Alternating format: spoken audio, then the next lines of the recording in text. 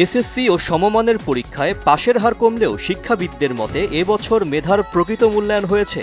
কারো চাপে বেশি নম্বর দিয়ে বেশি পাস দেখানো হয়নি। সুযোগ পেলেই ফুঁসে উঠবে রাষ্ট্রের গুরুত্বপূর্ণ দায়িত্বে থাকা ফ্যাসিবাদের দোসররা।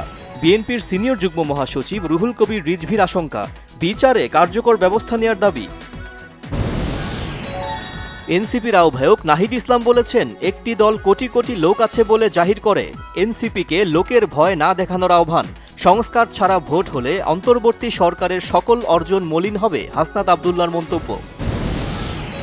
297 কোটি টাকা আত্মসাতের অভিযোগে দুদকের করা মামলায় জনতা ব্যাংকের সাবেক চেয়ারম্যান ডক্টর আবুল বারাকাতকে কারাগারে পাঠানোর নির্দেশ।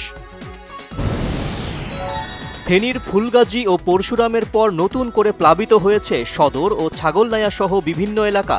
পানিবন্দী অন্তত 1.5 লাখ মানুষ। টানা বর্ষণে রাঙামাটির চেঙ্গি ও মাইনী নদীর পানি বেড়ে পানিবন্দী হয়ে পড়েছে কয়েক হাজার মানুষ। তলিয়ে গেছে লংগদু দীঘিনালা সড়ক। বিএনপি চেয়ারপারসন বেগম খালেদা জিয়ার পক্ষ থেকে ফেনীর ফুলগাজীতে বন্যার্তদের মাঝে ত্রাণ সামগ্রী ও নগদ অর্থ বিতরণ। রাজধানীর বাজারে বেড়েছে সবজির দাম। কাঁচামরিচ বিক্রি হচ্ছে 300 টাকারও ওপরে, ইলিশের কেজি 2300-এ। বৃষ্টির পানিতে বাড়ছে এডিস মশার প্রজনন। সংক্রমণ নিয়ন্ত্রণের বাইরে চলে যাওয়ার শঙ্কা। 24 ঘণ্টায় হাসপাতালে ভর্তি 138 জন।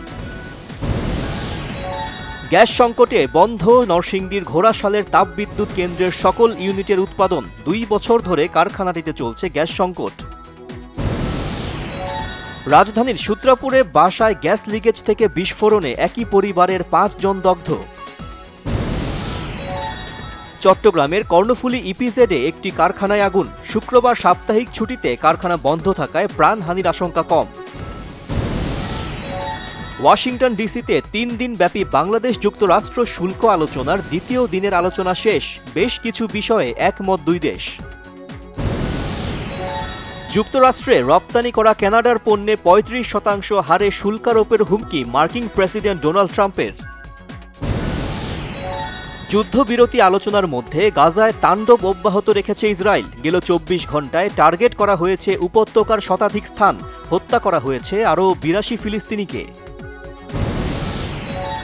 অস্ত্র সমর্পণ আর ধ্বংস করার মধ্য দিয়ে অনিশ্চিত জীবন ছেড়ে নতুন অধ্যায়ের পথে পা বাড়ালেন কুর্দিস্তান ওয়ার্কার্স পার্টি পিকেকের যোদ্ধারা।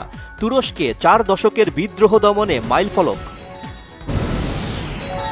দেশের হয়ে আর দেশের মাটিতে না খেলতে পারলেও বিদেশ বিভুঁইয়ে ক্রিকেটে ঠিকই মাতাচ্ছেন সাকিব আল হাসান। দুবাই ক্যাপিটালসের হয়ে 37 বলে 58 রান করার পাশাপাশি 13 রান দিয়ে নিয়েছেন 4 উইকেট।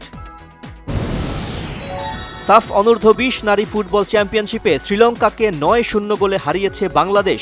বসুন্ধরা কিংস অ্যারেনার ম্যাচে সাগরিকার হ্যাট্রিক। জনপ্রিয় অভিনেত্রী পূর্ণিমার জন্মদিন আজ। 1981 সালের 11 জুলাই চট্টগ্রামের ফটিকছড়িতে জন্ম তার। প্রথম অভিনয় মাত্র 15 বছর বয়সে বড় পর্দার নায়িকা হিসেবে।